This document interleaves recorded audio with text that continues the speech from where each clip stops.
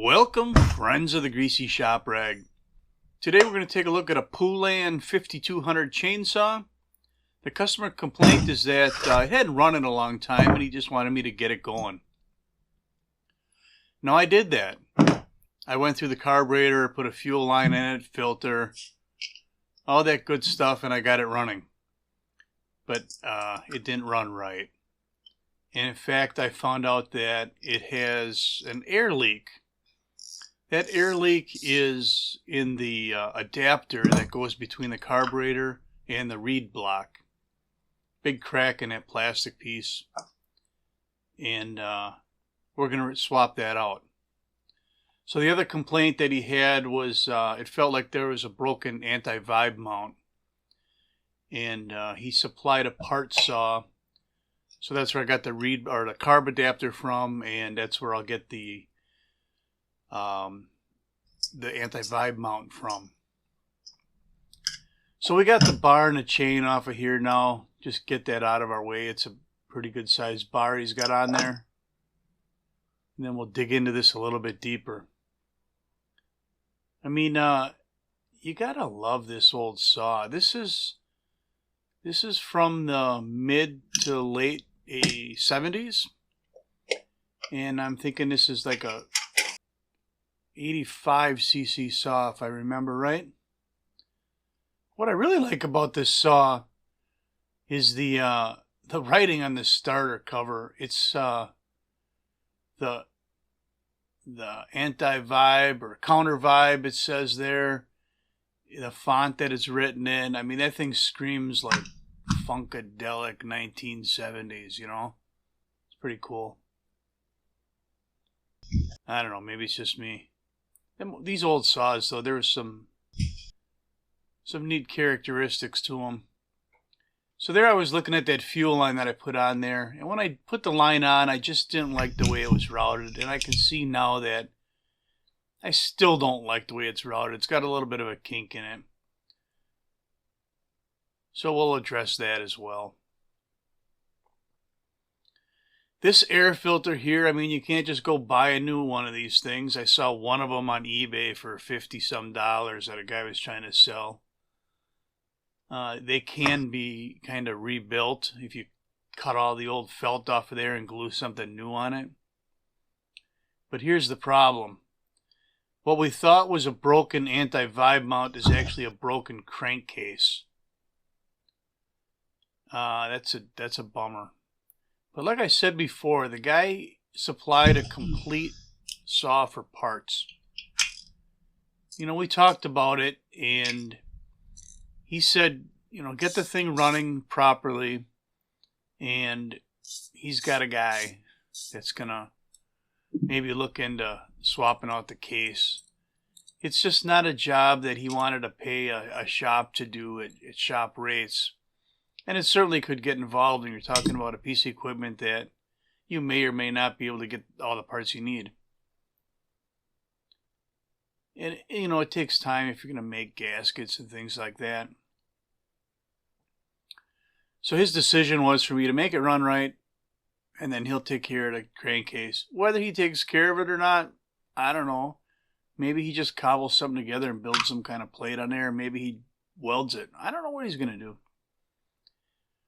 So we got our carb removed. Getting the linkage off of here right now. There we go. And this piece underneath the carburetor, yeah, that fuel line's kind of got a kink in it. I don't like that. That piece underneath the carburetor, the plastic piece, is what we're going to replace. I'll just get this carb right out of the way. You know, this saw, for its age, you know, it's like 1975 through 1980, I think. It's not in that bad a shape except for the cracked crankcase. The paint is halfway decent yet. It's actually a lot better than it looks because the saw is dirty.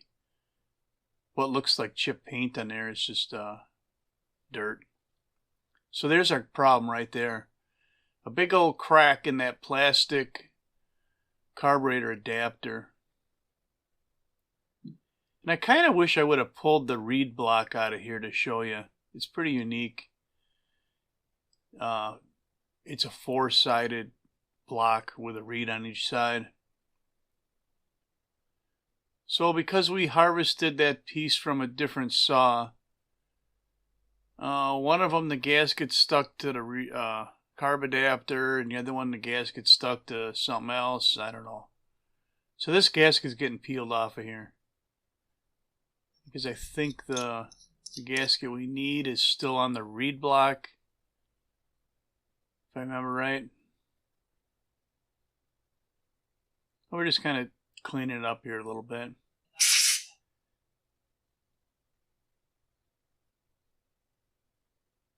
Now for reassembly, I mean, put it back together the way we took it apart, right?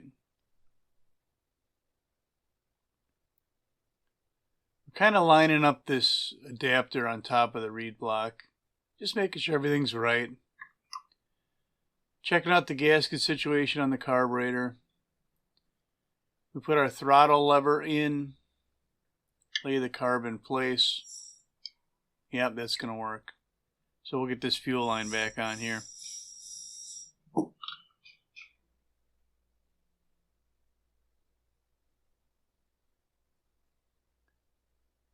That fuel line kind of gave me grief the first time around, and it still is.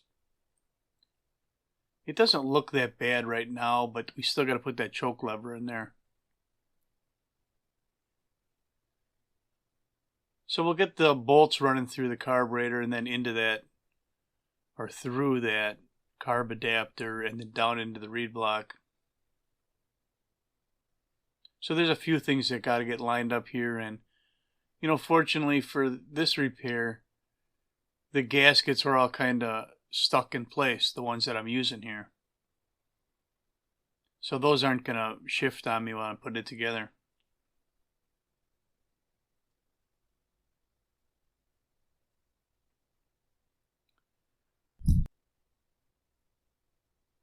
$85 cc's on this old beast. And it's getting a little bit tired. I mean, you'll see here when I try to start it that it's not that hard to pull.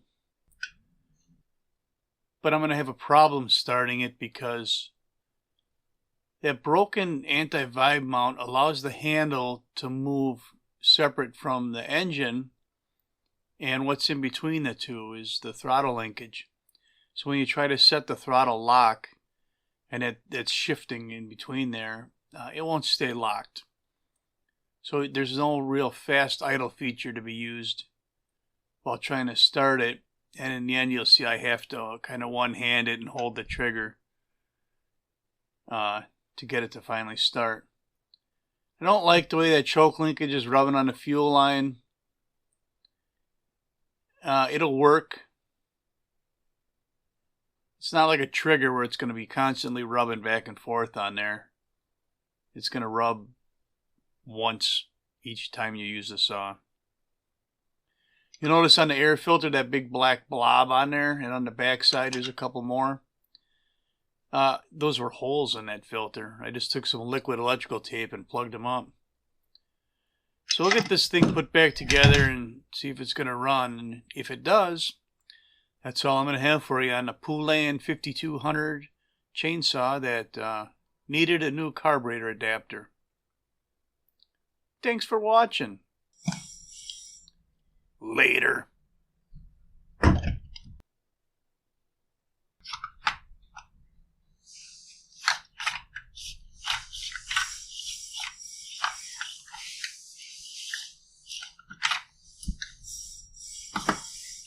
Yeah, we kind of ended early there, didn't we? Let's go. There we go. I just love that decal under, hey. Counter vibe.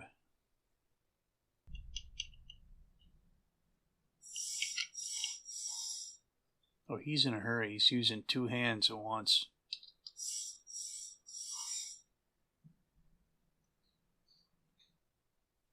Imagine what I could do if I had three hands. Woo! You think that's impressive? You should see what I'm doing with my feet right now.